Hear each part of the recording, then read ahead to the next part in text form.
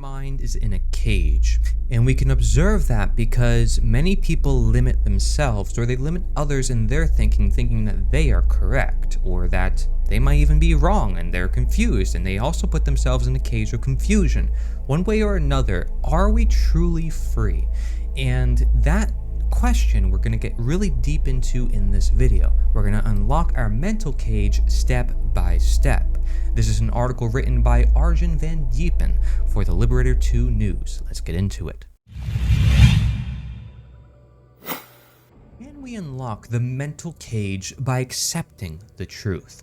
You can ignorantly do something and hope that it will turn out well, or you can go out and investigate first and eventually reach a state of knowing. For this, you need knowledge of the natural laws or how the world works.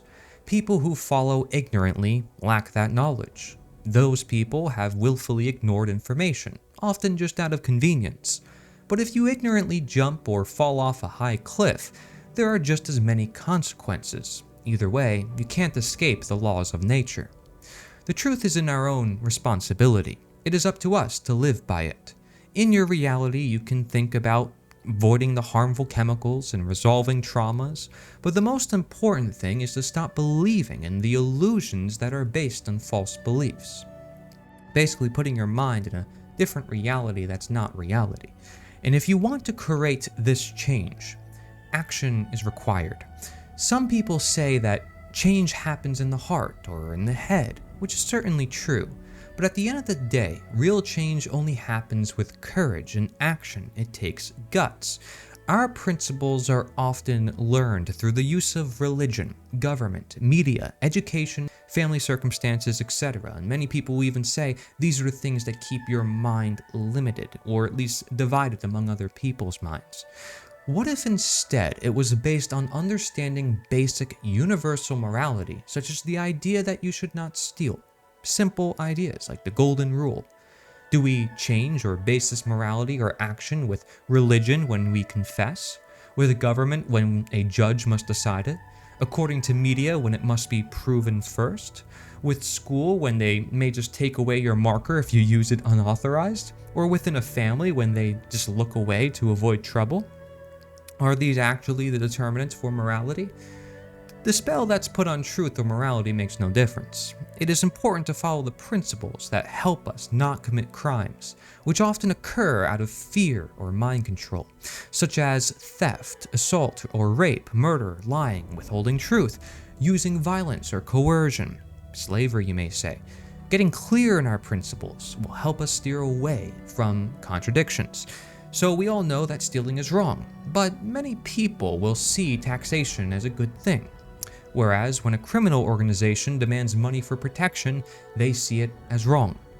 An individual's fear of solving it themselves or their belief in the government will keep their contradiction. This is a good example of a mind that is really well, let's say, crystallized or hard to unravel, wrapped up a lot in a lot of different chains. It's like, how do I get out of this mess?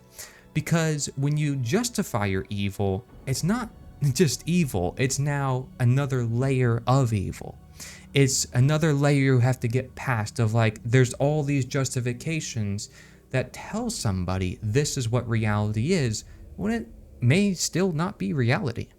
And so similarly, on the topic of assault, the body is as sacred as the mind, and therefore consent has to be given to perform a physical act. No one has the right to force themselves on another living being. Therefore, when someone is vaccinated against their will, it is also, in fact, assault. But again, many people will not see it as so. Fear of being outside the group or any other beliefs and egos. That does not change the fact that your body, against your will, is being invaded.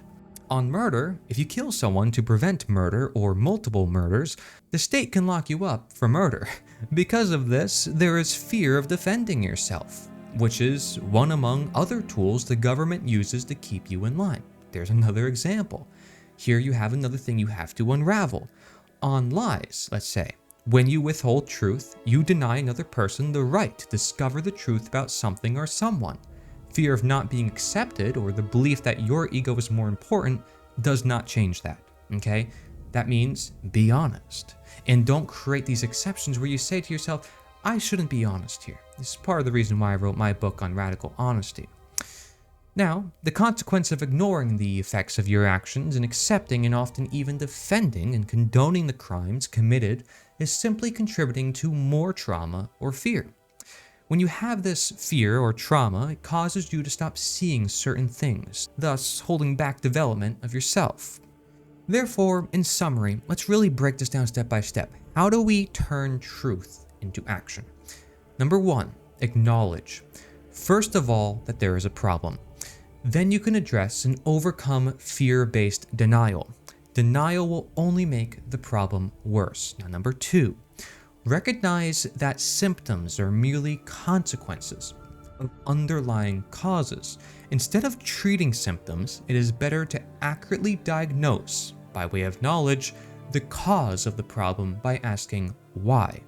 In doing so, you come to understand what is the origin that causes certain symptoms. Number 3, by means of the obtained knowledge, you should take the action which is necessary to correct the cause which led to the problem. When we know how we think to see the truth, we can create the better world. So, in thinking, let's talk about the brain. There are 3 basic structures of the human brain. The R-complex or reptilian brain is the lowest conscious part of the brain, responding only to stimulus. Fight or flight mode, this is also called. It is what we have to think all day. It is responsible for the most basic survival functions, such as heart rate, breathing, body temperature, and orientation in space. It controls instinctive behavior and thinking. The limbic system, or mammalian brain, is that which does not function properly in narcissists and psychopaths. This is also where the chronic disorders such as trauma and birth disorders matter. It supports many different functions, including emotion, motivation, long-term memory, and sense of smell. It is the part of the brain involved when it comes to behaviors we need for survival, such as feeding, reproduction, and caring for our young. The neocortex, or human brain, is where it is said that we have higher thinking functions, such as logic, intuition, and creativity.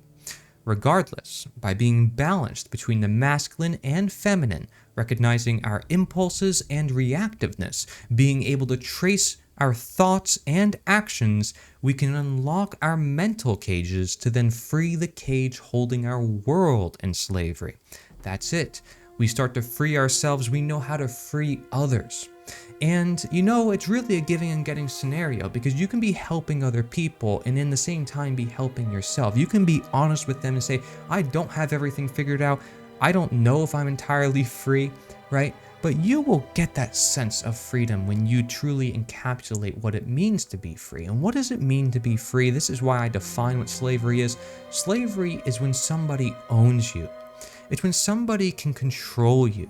But if you take control of your own life, whether you're growing your own food or you're thinking for yourself, you're already on the right path, right? And you will create independence for yourself, and you will no longer need other people to tell you what to do.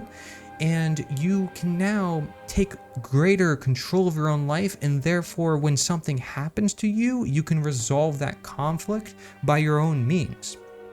And you essentially become the doctor of yourself. You become the scientist of yourself. You become, the professor of yourself. And this is what it means when we say the phrase knows thyself.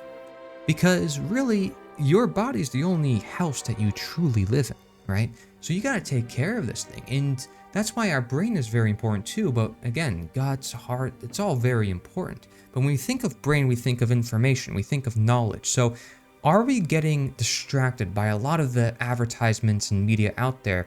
Or are we thinking for ourselves, we're differentiating, we're discerning, and we're recognizing where we might get stuck, like say, if we are left brain imbalanced or right brain imbalanced, or if we're too masculine, too feminine. It's just another way to say it, right? So these are just some of the things that this article has gone over. So thank you again to Arjun Van Diepen for this article. Great work, as always, sharing it with us for the Liberator 2 news. I recommend anybody else, if you want to send us your article, I'll turn to a video for you. Go to theliberator.us. That's theliberator.us. Thank you very much for watching.